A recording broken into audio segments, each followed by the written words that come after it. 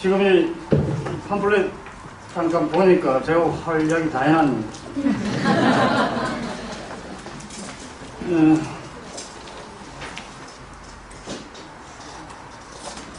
제가 9시 44분에 송정역에서 기차를 타야 되기 때문에 1시간 정도 제가 이야기를 하고 제가 9시 10분 전에 나가야죠. 가까워요? 아까 한 30분 걸리던데. 아까 타본 차가 굉장히 작은 차였습니다. 한 차예요. 차가 작아서 노리는 모르겠어요. 그렇게 아시고 시계 가리지 마세요. 시계 가리고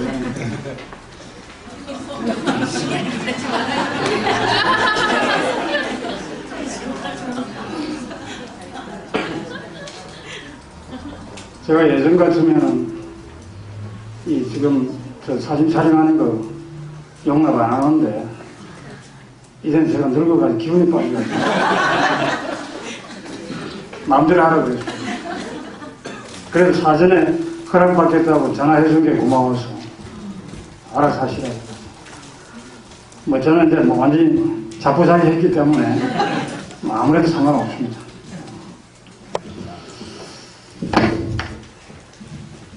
요즘 카메라가 있기 때문에 제가 완전히 자유롭게는 말 못합니다. 그건 여러분들이 이해하셔야 됩니다. 완전히는 자유롭게 못해요. 제 강의가 대부분 욕설인데. 그러면 치워야 될 것 같아요. 아니, 괜찮아. 천천히 마세요.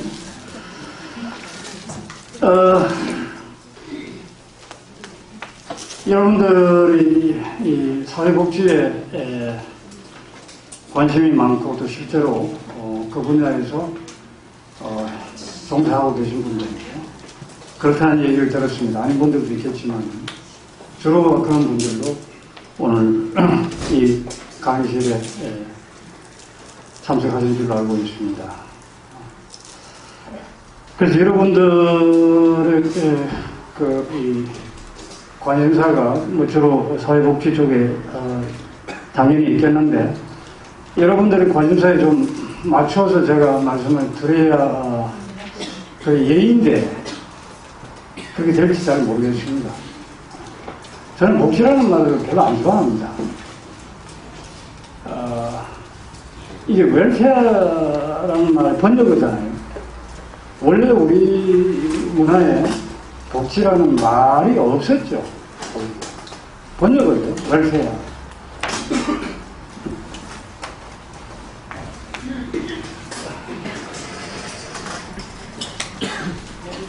뭐 하나 갖다 주세요.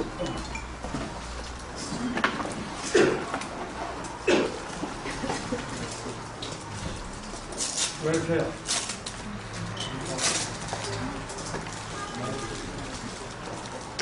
복지국가.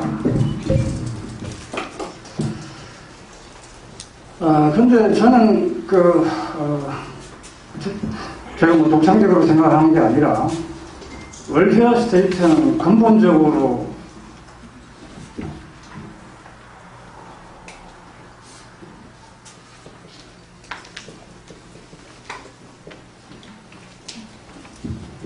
워페어 스테이트, 복지국가는 근본적으로 전쟁국가라는 이 이야기에서부터 좀 설설 좀 풀어갈까 싶습니다.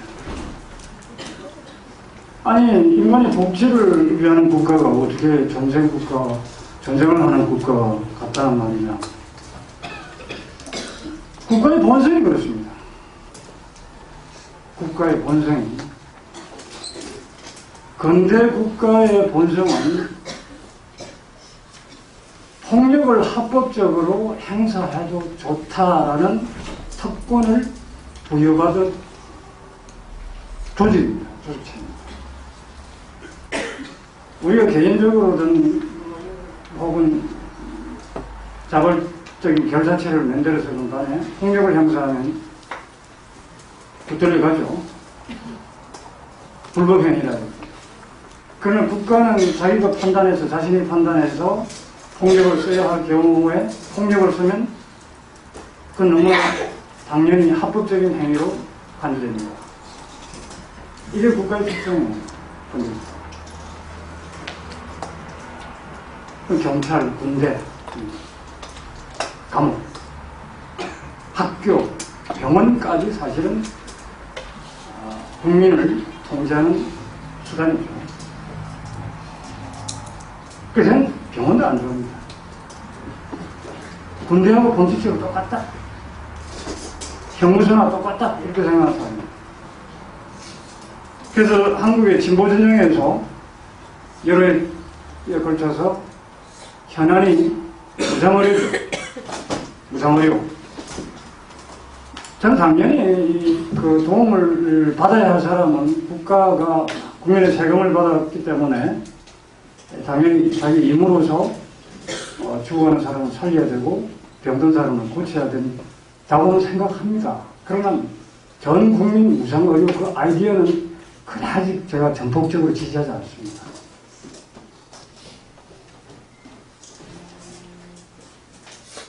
왜 그런지 아세요? 모든 걸 국가에 맡겨놓으면 우리가 병신돼요.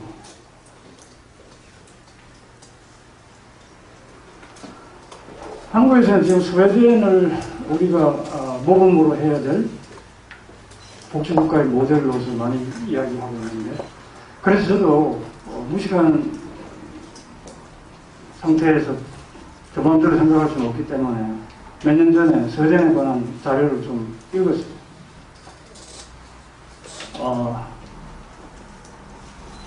한국 사회는 워낙 몰상식한 사회니까 한국 사회하고 스웨덴 사회를 갖다가 바로 직접 비교하는 것은 너무 무모한 짓이죠.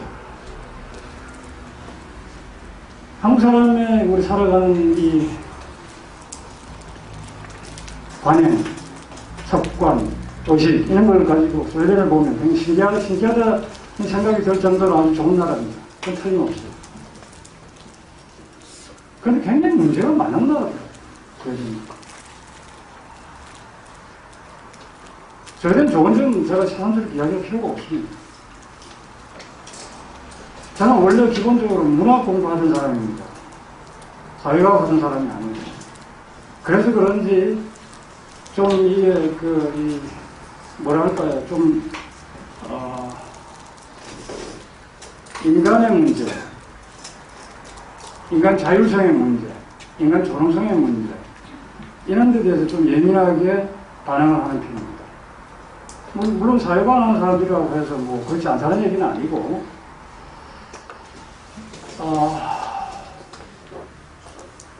스웨덴의 청소년 범죄율이 미국만큼 높다는 사실 알고 계십니까?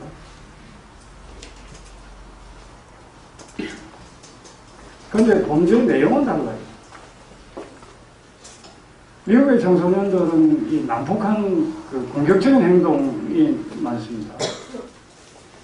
그런데 스웨덴의 청소년들은 내향적이에요. 스웨덴 사람들 전 국민이 대체로 내향적인 나무 저는 그게 기후 탓이 클 거라고 생각합니다. 일조량이 굉장히 짧잖아요. 밤이라도 그 오로라 같은 건 말할 필요 없지만 하여간 태양의 노출되는 시간이 굉장히 짧은 나라입니다.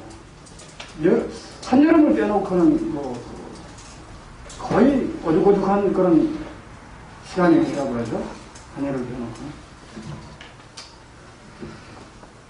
제가 이 스웨덴은 그 결함을 지적하려고 하는 게 아니고, 이런 것들이 이 청소년 범죄라든지, 저는 뭐 이 구시대 사람이 돼서 그런지 모르지만 가정 이것도 중요하다고 생각하는 사람입니다.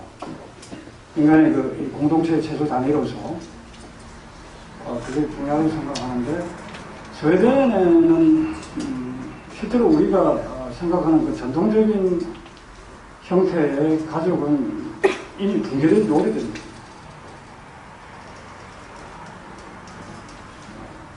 남녀가 같이 살고 있어도, 한 집에 살고 있어도 실제로는 부부 사이가 아닌 경우가 굉장히 많고, 그리고 어머니 아버지, 자기를 낳아주신 어머니 아버지하고 같이 사는 아이들 별로 없습니다. 한쪽은 남이 어머니 보이프렌드, 아니면 아버지 걸프렌드.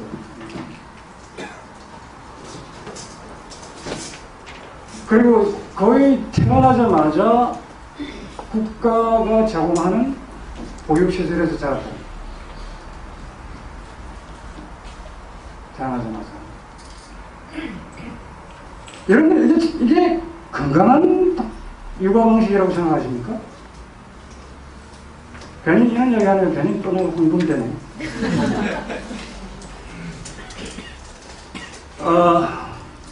지금 우리나라에도 번역이 되어 있는 책인데요.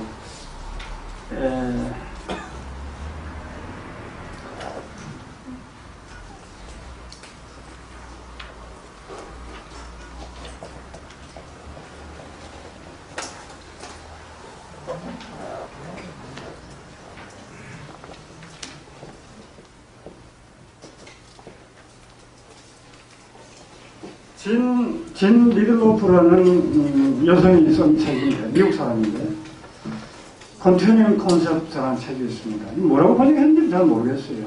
제가 번역된 책은 못 봤습니다. 몇 년 전에 저한테 번역판을 낸다면서 출판사에서 연락이 와서 추천사를 써달라고 했던 기억이 있어서 이게 번역되어 있다고 알고 있는데, 그 출판사 안 줬어요. 좋은 책입니다. 무슨 얘기냐면은, 이 미국의 학자는 아니고, 어쨌든 인류학을 공부했던 아마 사람일 거예요. 진 리들로프가. 그래가지고 우연히 아마존에 갈 기회가 있어서 갔다가, 굉장히 그 아마존 자기가 방문했던 그 아마존 예쿠아나라는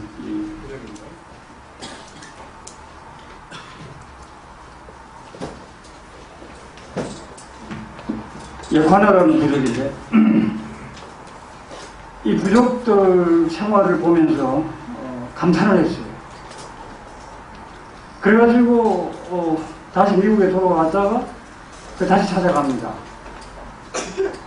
그래가지고 두 번째는 좀 더 장기적으로 있다가 또 돌아왔다가 하여간 자주 찾아가요. 그래가지고 한 5, 6년 그 예쿠아나 부족들과 같이 생활하면서 거기서 보고 느꼈던 거 이런 거를 이제 엮어서 책을 쓴 거예요.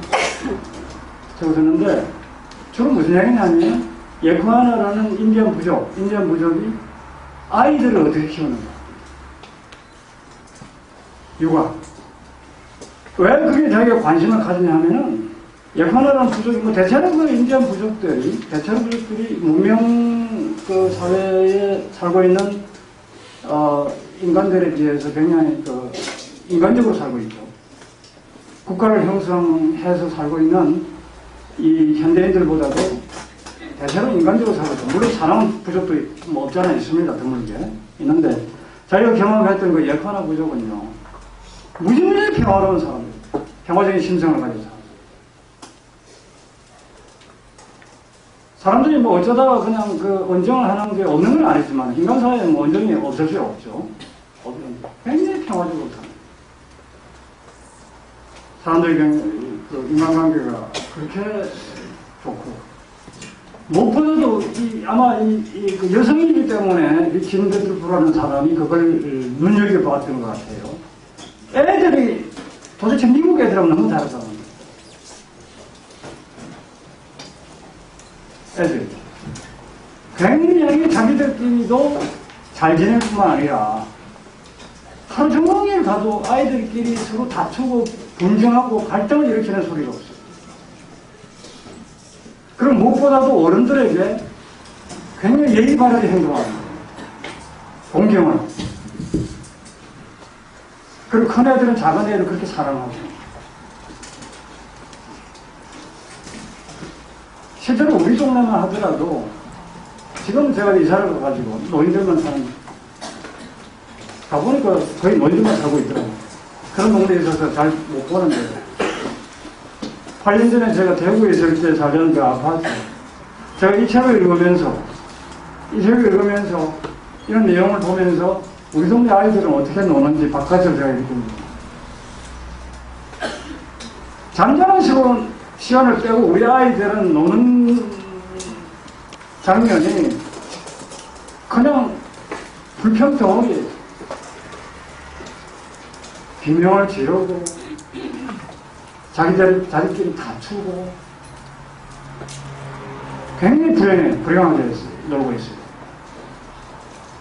그래서 이 리치니스로프의 이 어머니 뭐였느냐면은 도대체 어떻게 해서 아무리 이 부족사, 문명사회와 비문명사회의 차이라고 하지만 그럴 수가 있느냐. 그래서 자기가 어떻게 아이들을 낳고 키우는지를 좀 유심히 본 거예요.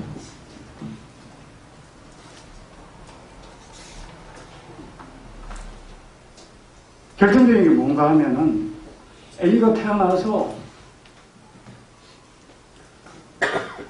한 10달 A가 자기 힘으로 길 때까지, 최소한도 길 때까지 단 1시간, 1분 1초도 보호자와 육체적인 접촉을 떠난 순간이 없다는 거죠.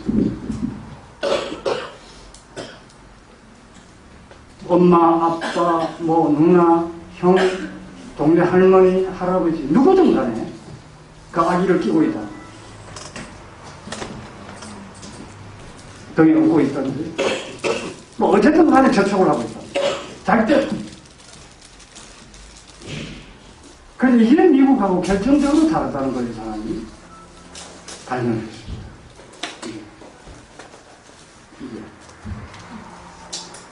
이렇게 아이들이 우리가 현대 심리학에도 그렇게 이야기하지 않습니까? 여러분 나보다 더 잘 알겠지만 아중발달 심리학 같은 다 공부했죠? 엉터리 공부만 다 했을 거예요.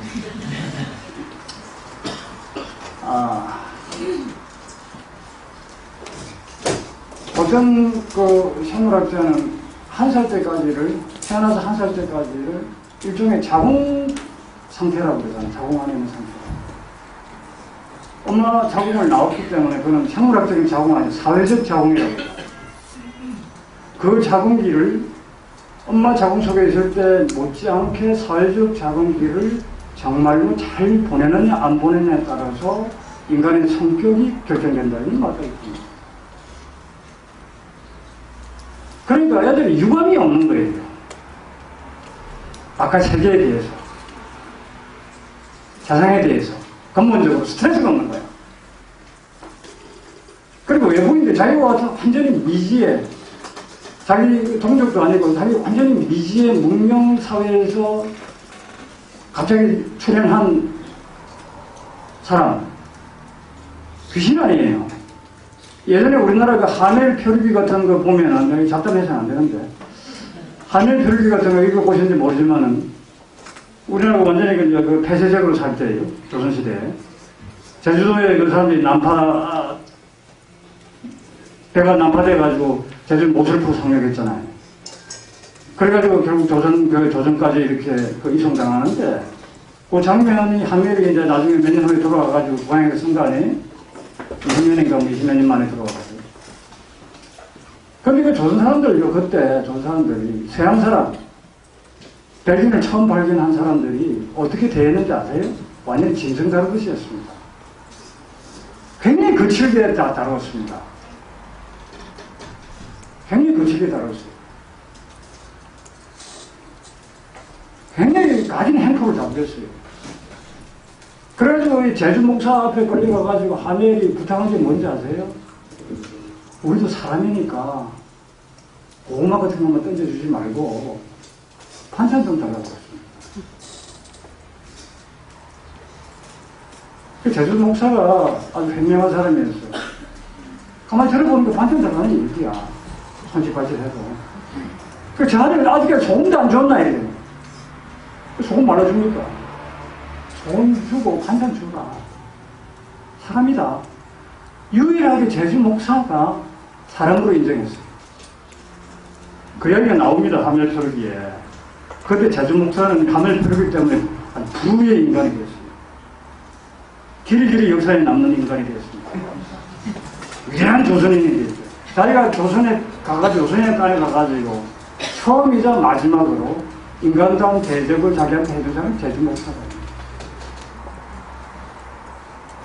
그래, 우리나라는 이런 게 아닙니다. 원래 이 낯선 사람을 만나면 옛날에는 죽이기로 했잖아요. 칼 들고 화살 들고 다녔잖아요. 이게 보통 인간입니다. 그런데 이 아마존의 부족들은 절대 그렇게 안 해요. 공격적인 성향이 별로 없어요. 이 사람들. 공격적인 성향이. 그러면 뭐 숲에 사냥을 가더라도 숲으로 인간이 들어가는데 숲속에 벌레들이 오는 것을 멈추질 않아요. 근데 자기 같은 사람이 들어가면 금방 멈춘다는 거야. 적이 들어왔다는 거 아는 거야. 근데 같은 인간인들이 부족인들이 들어가면 숲이 전혀 동료가 없는 거예요. 그러면 이 부족 사람들은 마음이 살기가 없다는 것을 벌레들, 짐승들도 아는 거예요. 벌레들, 짐승들도. 이 살기와 공격성이 없는 곳이 결국 그 전체적인 문화지만 특히 아이들의 사회적 자궁기 그 1년 동안에 그렇게 평화롭게 살았다. 자기와 같은 완전히 그 외부 인간이 들어갔는데 아이들이 서슴없이 다가와서 품에 안기더라는 거예요. 너무 놀라운 거야, 진리 들로퍼가. 미국 아이들은 이렇게 낯선 사람이 안으려면 잘 오지도 않고 안기면은 굉장히 긴장해서 몸이 뻣뻣하다는 걸 자기가 아는데 얘들은 굉장히 부드럽다.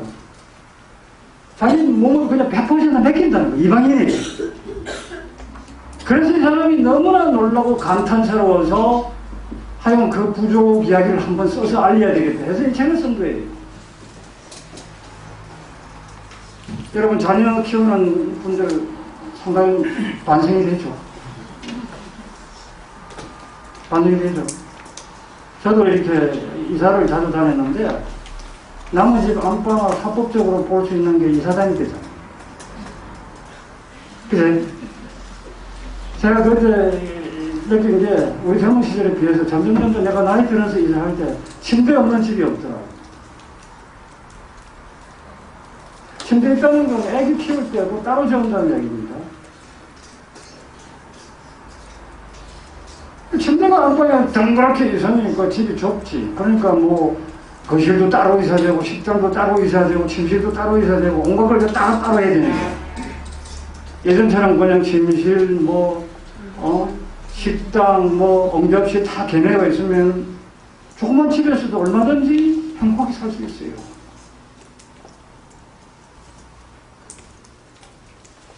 한국 사람들이 언제부터 침대 생활했지? 내 속으로 욕이나 오더라고. 진짜.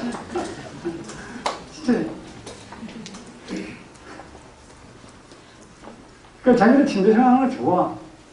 그러니까 우리 그렇게 하면 애들이 어떻게 키우냐. 애들을 어떻게 키우냐.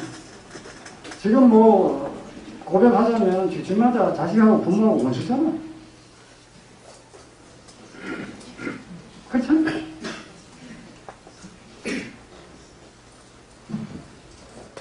이 복지라는 것도 결국은요, 우리가 좀 과격하게 말해서 우리가 부족 생활을 하고 있으면 복지라는 건 전혀 필요 없지.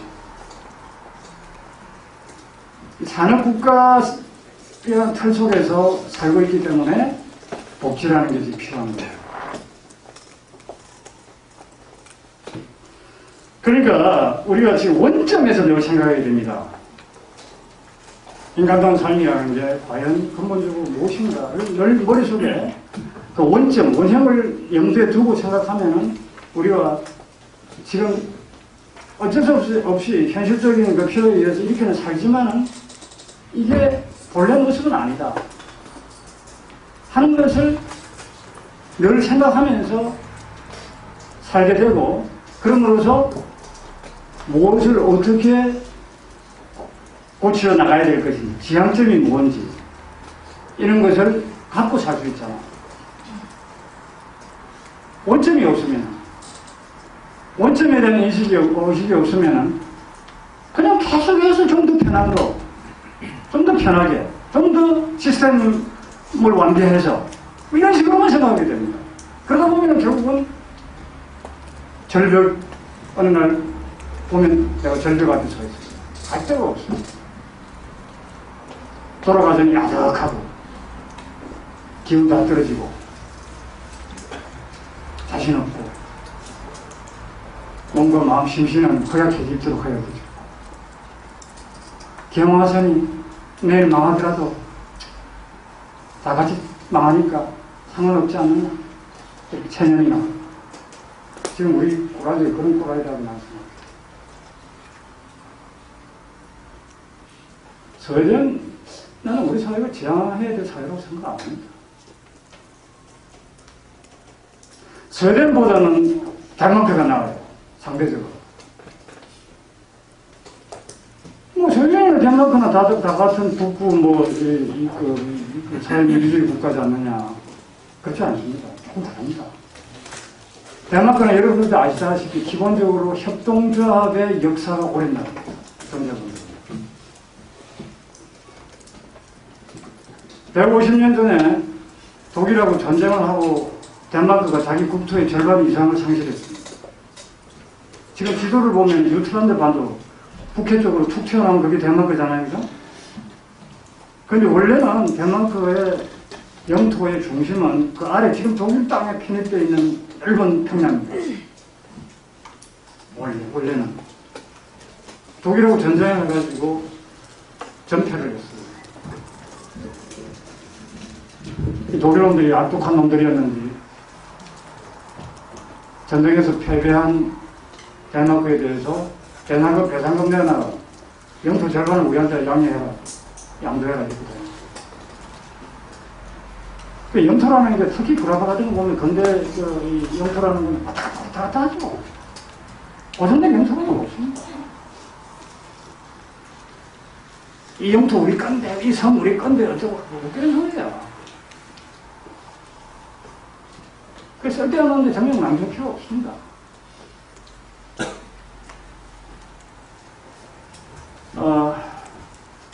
그 다 말려드는가 하는 수작이 맹철하게 생각해야 돼요. 그리고 덴마크 이야기를 다시 돌아가자면은, 덴마크는 완전히 그 비옥한 영토까지 이렇습니다.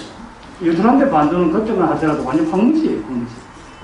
바람은 북해 바람 거칠고, 그 귀신 나올 것 같이 그냥 암산하고 나무도 없고 황량하고 그랬거든요. 그런데 덴마크 사람들이 일어났어요. 어떻게 일어날 수 있었느냐? 독일하고 전쟁하기 전에 덴마크의 군주가 굉장히 현명한 군주였어요. 계몽군주라는 게 있잖아요. 브라파에. 프랑스나 뭐 이런 데를 보면 그냥 왕이 그냥 목이 잘리잖아. 이런 걸 보면서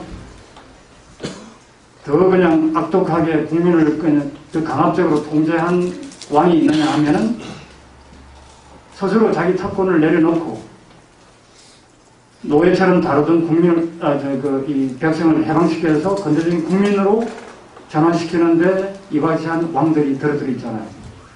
덴마크의 왕이 그런 계몽군주의 전형이었습니다. 우리 크치한 내 생각이 들 거예요. 이 사람이 대륙에 이렇게 국제 정세를 보면서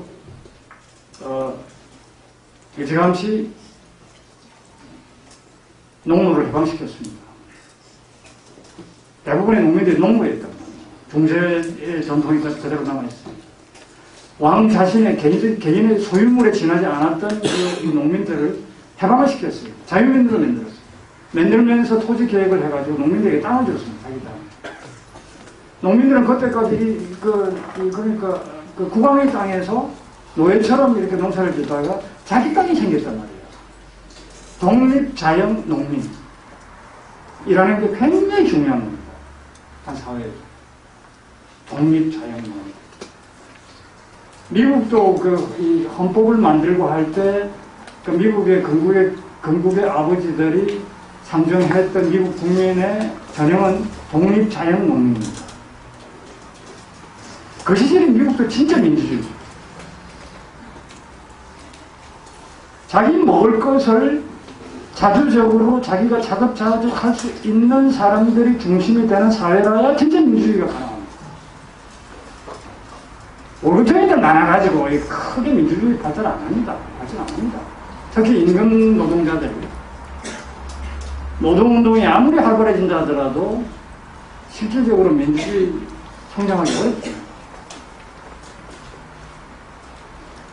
그때 이 덴마크 왕의 현명한 결단에 의해서 농부들이 해방되고 자기 땅을 가졌잖아요. 자기 땅을 가졌으니 그 사람들이 얼마나 행복했겠습니까? 그러니까 그 이후에 전쟁이 터졌어요. 전쟁이 터지고 난 뒤에 이 사람들이 농무 신분으로 그대로 있었다면은 국가 재건에 나서지 않았을 겁니다. 자유민으로서 신분으로 전쟁을 하고 패배했단 말이에요. 우리나라를 재건해야 되겠다라는 결심과 각오를 해가지고 그 어려운 고통을 뚫고 할 수 있는 사람은 자유민 아니면 안 됩니다.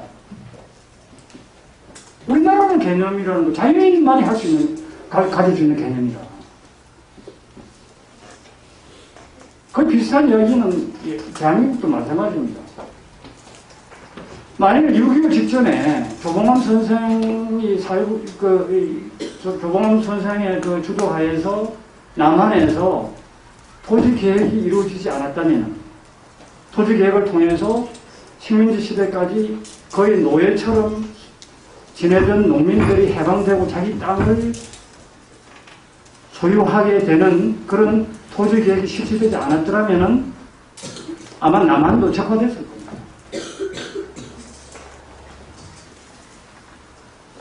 김일성의 근본적인 착오가 인민군이 내려가면은 남한의 농민들로부터 대대적인 환영을 받을 것이라고 생각했어요. 그런데 남한의 농민들은 역사 이래 처음으로 자기 땅이 처음 생긴 사람들이에요. 비로소 사람답게 살려고 안정을 찾았는데 이것을 어지럽히니까 김일성 군대에 협조를 할 수가 없죠. 그것이 기본적인 김일성의 착각이었다. 그러니까 대한민국 체제가 그 전쟁에 의해 가지고 유지될 수 있었던 것은 미국 사람이 덕이 아닙니다. 조봉암 선생의 덕이에요.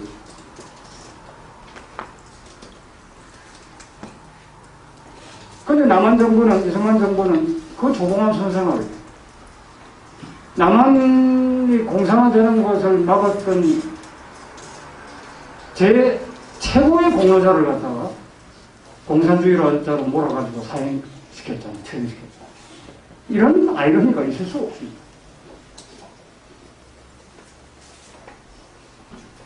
그건 약간 여담이었는데 어쨌든 제 이야기는 사람이 자유민으로 산다는 게 굉장히 중요합니다.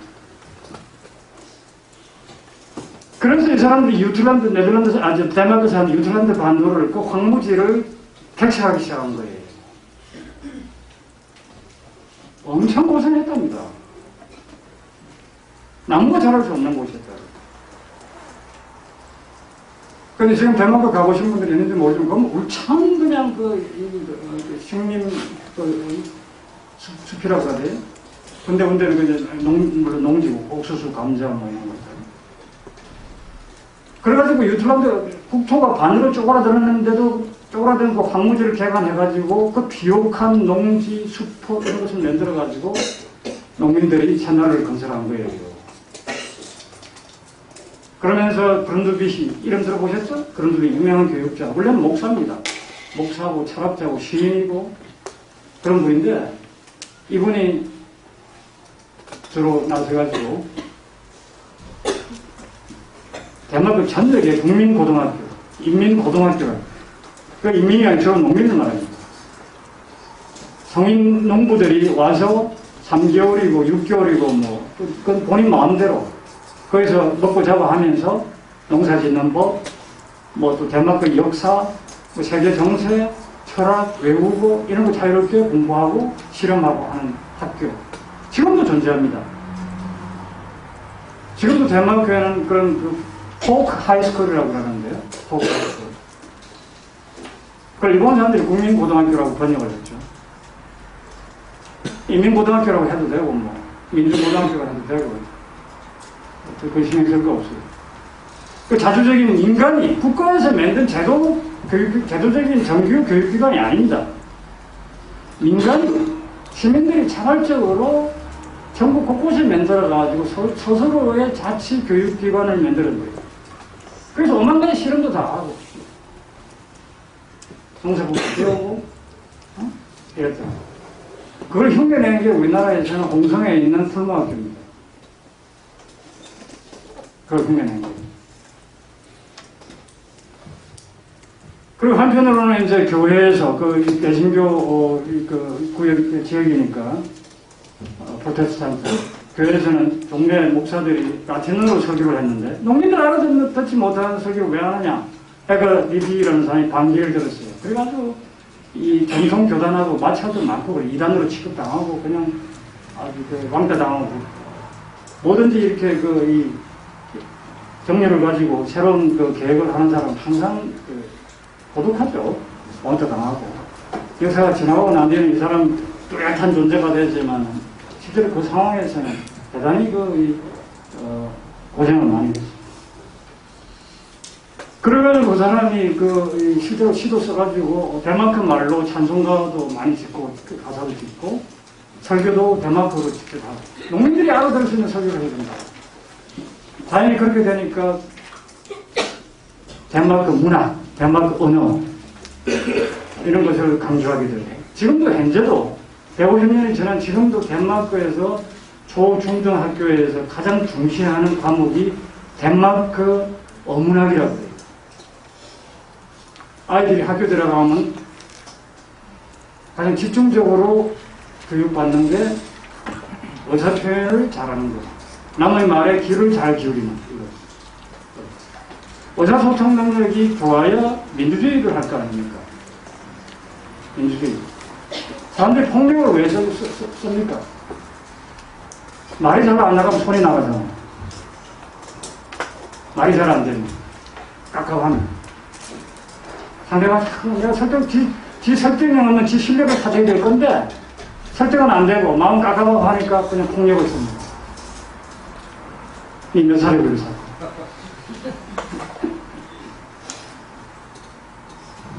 덴마크가 그래가지고 이 덴마크에 주로 이제 이 돼지를 키웠어요. 추운 지방 사람들이니까 돼지를 키웠어요. 사료가 풍부하고 옥수수입니다. 균인이 그러다 보니까 이제 나중에는 이제 여러분들 경제사를 아시는지 모르겠는데 불합화 잘하는 국가하고도 이렇게 경쟁 관계가 되고 하니까 개인적으로 영농해가지고는 도저히 경쟁이 안 되니까 현실적인 필요에 의해서 협동조합을 자연스럽게 만들게 된 거예요. 협동조합 무슨 법이 생기고 협동조합 개론서가 생기고 이래서가 한 게 아니라 그냥 실제 생활의 필요에 의해서 덴마크 농민들이 각지에서 자발적으로 협동조합을 만든 거예요. 그래서 덴마크가 협동조합의 나라가 된 겁니다. 그리고 20세기 들어와가지고 이 현대적인 정당 정치가 되면서 그 뿌리에서 복지국가 시스템을 만든 거죠. 확립한 거죠. 그렇습니다. 그러니까 지금 말이에요. 요즘 경제가 이제 한국에도 이제 이렇게 이 한파가 이제 미치가지고 이제 경제가 안 좋아질 거라고 뭐 다들 알고 있는데, 다음 정부는 누가 되든지 아마 임기 말년에는 실패한 정부를 끝낼 겁니다. 왜냐하면 이 사람들이 근본적인 사고방식을 바꾸지 않으니까. 제가 답답하게 생각하는 것은 왜 젊은이들에게 거짓말을 계속 하느냐. 왜 좋은 일자리를 많이 만들겠습니다 그 소리를 하느냐. 일자리 못 만듭니다. 일자리가 어디 있어요? 물론 팔아먹을 때 어디 있습니까? 그러면 우리가 사는 방법을 바꾸자는 얘기부터 해야 됩니다. 그게 저는 훌륭한 지도자라고 생각해요. 믿을 수 있는 지도자라고 생각해요. 근데 아마 그 사람들은 아직도 환상 속에 있는 것 같아요. 경제 성장이 계속될 것이라는 환상. 웰페어 스테이트나 워페어 스테이트는 근본적으로 무엇을 토대로 하고 있습니까? 경제 성장을 토대로 하고 있습니다. 경제 성장이 안 되면 지금 현대 복지국가 시스템은 무너집니다. 왜? 세금을 받을 수가 없잖아. 세수가 계속 증가를 해야 되잖아요. 복지국가. 근데 지금과 같은 국가적인 복지 시스템을 계속 확장해 나가려면 세금이 더 많이 들어와야 되잖아요. 지금 뭐 이 새누리당, 민주당 뭐 할 것 없이 전부 다 그 대선 후보자들이 경제민주화, 복지 확충 이런 이야기를 공통하게 하고 있는데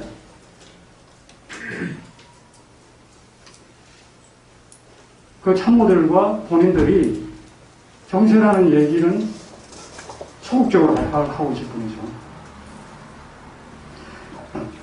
정세를 하지 않으면 세금을 더 많이 걷지 않으면 복지 확충 못한다는 거 다 인정하고 있는 거예요. 알고 있는 거예요.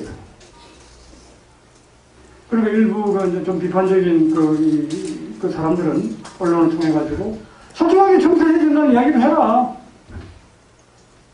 정세해야 된다는 거. 정세해가지고 복지 그 시스템 확충해가지고 내수를 이렇게 복지국가 하면 뭐 사람들이 이제 뭐 여유가 생기면 역시 뭐 내수 시장이 확대될 거냐 아니냐. 그것이 또 하나의 성장의 동력이 될 수 있다. 왜 이렇게 이야기 안 하느냐 이렇게 또 주장하지 않습니까?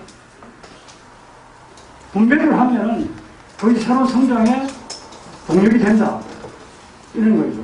문제는 이 사람들이 성장이라는 걸 떠나지 못, 성장이라는 개념을 벗어 던지지 못합니다. 그 누구도. 근데 성장 안 됩니다.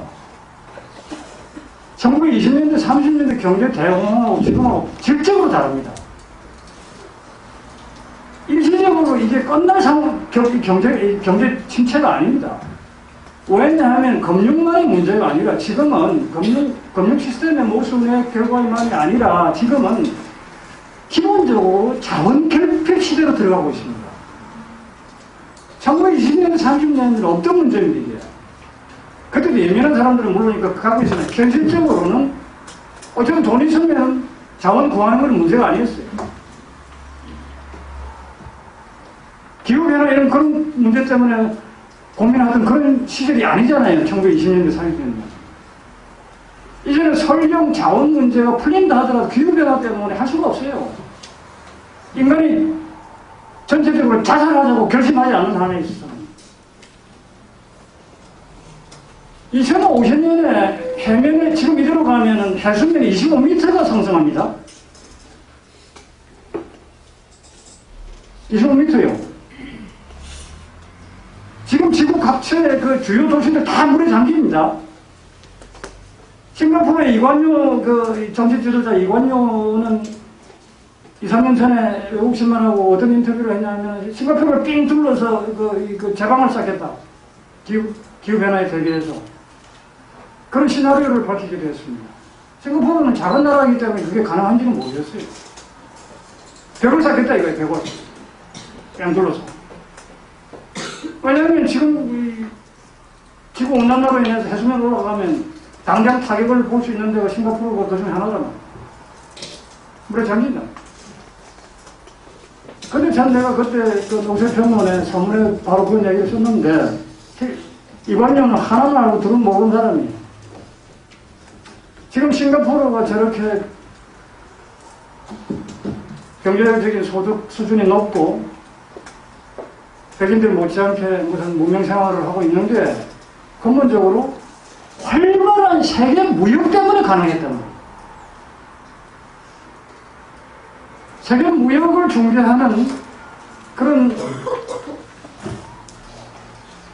국가 기관 산업이었단 말이에요. 형태가. 무역 중개업으로 살았잖아요. 무역 중개업으로. 그런데 해수면이 25m를 오르는 이런 세상에서 무슨 무역이 있겠습니까? 무역 활동이 존재하겠습니까? 그때 싱가포르가 어떻게 살아가게 대해서는 대책이 없는 거죠. 그럼 그 단락적으로 단순하게 해수면 오르게 하니까 우리 제방 샀겠다. 그러니까 일국의 그 대단한 정치 지도자도 굉장히 근본적인 사고방식이 유화적인 거예요. 유화적인 거. 시야가 그렇게 좁아요. 그래도 우리나라 정치 지도자들은 나아요. 우리나라 정치 지도자는 기후변화에 대해서 관심이 전혀 없어요. 작년에 후쿠시마 때문에 그건 난리가 나고, 지금도 후쿠시마가 해결이 안 됐잖아요. 지금도 진행 중입니다. 일본 국토는 사실상 거주 불능한 땅이 되었습니다. 무서운 건 내부 피폭이에요. 지금도 방산에 계속 나오고 있지만은, 이 오염된 땅 때문에 장기적으로 애들 놓고 살 수가 없어요. 방사능이라는 게 당장의 그 영향이 드러나지 않기 때문에 5년 후, 10년 후, 20년 후에 나타난단 말이에요. 얼마든지 사람 속일 수 있고 스스로를 속일 수 있어요. 지금 강남 세브란스 병원에는 갑상선만 전문 병동이 따로 있습니다. 5,000건물. 깜짝 놀랐어. 10년, 20년 전, 30년 전 우리 젊은 시절에는 갑상선이라는 게 희귀병입니다. 갑상선병이라는 게. 그런데 지금 우리나라에 이게 대유행이에요. 갑상선병이. 갑상선 암, 갑상선 기능 항진증, 갑상선 종양, 이거요, 전부 다 방사능 때문에 그렇습니다. 지금 우리나라도 방사능 오염 많이 들었습니다. 나는 뭐 수산물 같은 거 그렇게 맛이 먹는데, 그냥 많이 살았잖아. 그런데 젊은 여성들, 애들은 먹이지 마십시오. 지금 우리나라에 이 세관에서 통제 안 합니다. 식품의 그 방사능 농도 검사하는 측정기도 없어요. 그렇게 사고가 나는데도, 심지어 후쿠시마 해변에서 잡힌 고기 수입한다는 얘기도 있어요. 부산 세관에서는 그냥 샘플 검사만 하고 그냥 마구잡이 통과시켜요. 일본산 수산물. 그럼 분명히 일본산이 우리나라에 국내에 많이 돌아다녔는데, 서울 노량진 수산물 시장에 가가지고 상인들에게 일본산 있느냐 물어보면 없다고 합니다. 없다고 해요. 부산세관에서는 일본산 무수히 통과시켰는데, 노량진 수산시장에서는 없다고 해요. 어떻게 된 거예요? 정부가 밤낮 없이 거짓말 하는데, 상사꾼이 왜 거짓말 못해요? 거짓말은, 이 일본산인지 물어보는 놈이 촌놈이야. 그냥 물고기 근처를 가지 말아야 됩니다. 저는 우리나라 바다도 많이 오염되었어요. 바다에 국경이 어디 있습니까, 바다에? 바다에 일본 고기, 한국 고기가 어디 있습니까, 이 바다에? 그만들이 뭐 비자 받고 뭐 통과합니까? 그리고 샤무는 조그만 해초로부터 조그만 새우 같은 거 이렇게 점점 갈치 이렇게 고등어 이렇게 덩치가 큰 놈이 작은 놈을 잡아먹고 이런 먹이 사슬이 올라갈수록 방사능이 생천해서 농축은 병행해야 됩니다. 산술적으로 되는 게 아니라 기하급수적으로 돼요. 그러니까 참치 통조림 먹지 말아야 되는 거예요. 아무리 태평양, 깨끗한 태평양이 있다 하더라도 거기서 잡힌 참치라도 참치가 워낙 덩치가 큰 놈, 고래사슴으로 큰 놈이잖아요. 그리고 온갖 중금속, 방사능, 이게 참치 농축 다 되어 있다는 거예요. 자기 아이하고 원수처럼 지내는 부모는 먹이십시오.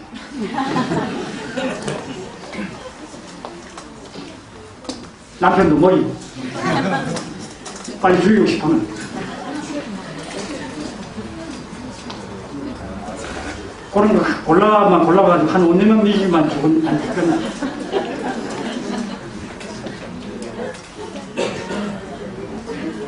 그러면 경제성장 국가는 결국 전쟁 국가고 복지국가라는 얘기입니다. 스웨덴이 이 통계를 보면은 1990년대 말에 상당히 그 국가가 좀 이렇게 경제 침체 상황으로 빠지고 복지 시스템도 예전처럼 활발하게 돌아가지 않고 그런 적이 있었습니다. 그리고 몇 년 지나서 또다시 회복을 했어요. 그 왜 그런가고 제가 조사를 해봤더니 수출고하고 완전히 일치되어 있어요. 수출 시스템. 수출이 잘 안 됐을 때는 스웨덴 복지 시스템도 손상이 가다가 수출이 다시 활발하게 되면서 또 복지 시스템이 잘 굴러가고 이런 식이에요.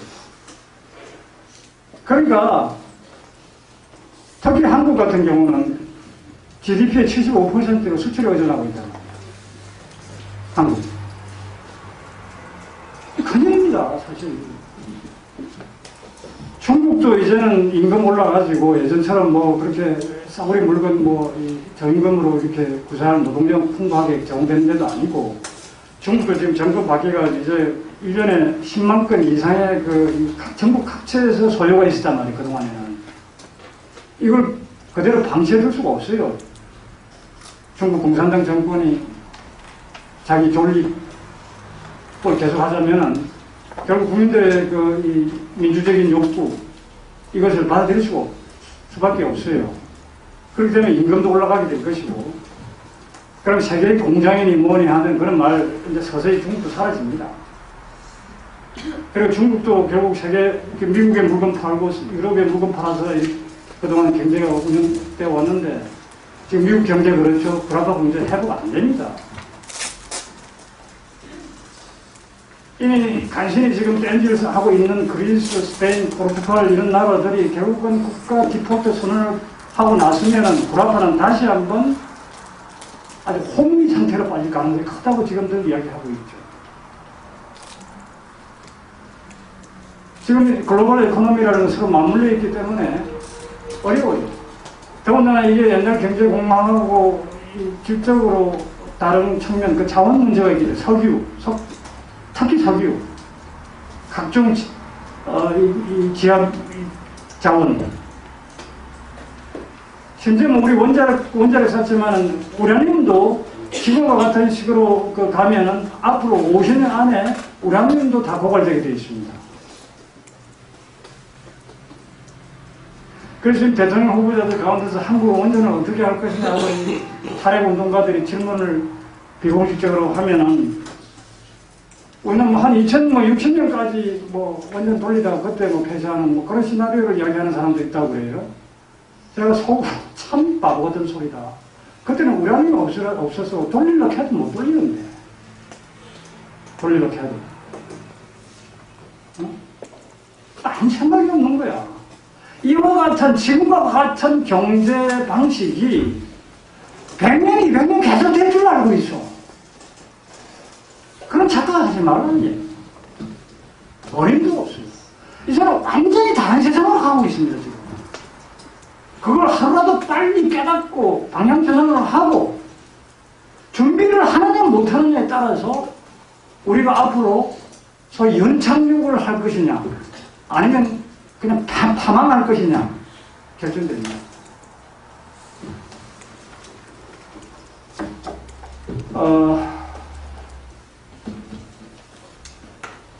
이야기가 들 수가 없는데 제가 이 좋아하는 나라가 덴마크하고 코스타리카, 스위스 이 세 나라를 참 좋아합니다.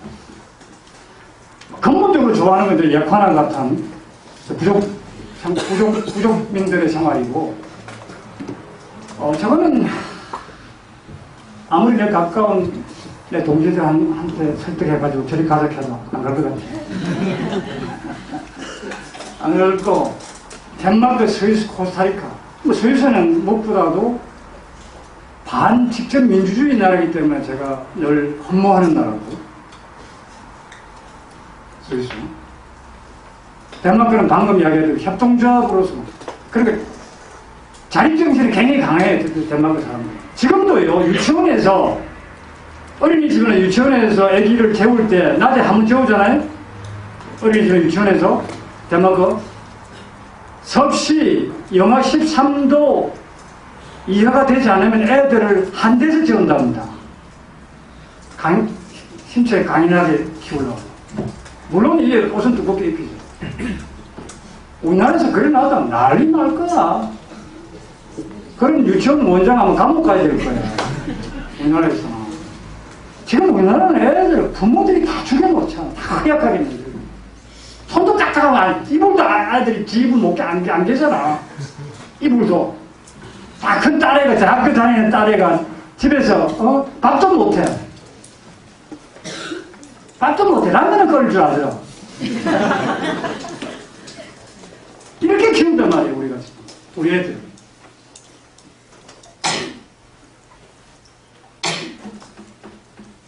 덴마크 사람들요, 굉장히 검소해요. 굉장히 검소합니다. 스웨덴 사람들도 굉장히 검소하다고 그러더라고요. 스웨덴 갔다 온 사람 놀래더라고. 내 선배한 사람. 어떻게 그 부자나 사람들이 그렇게 검소하게 사냐? 끔끔하게 해놓고. 그저께 독일에서 살고 계신 우리 교포, 거의 독일 시민으로 살고 있는 분이죠. 독일 노획당에 오랫동안 일을 하신 분이라고 해서 제가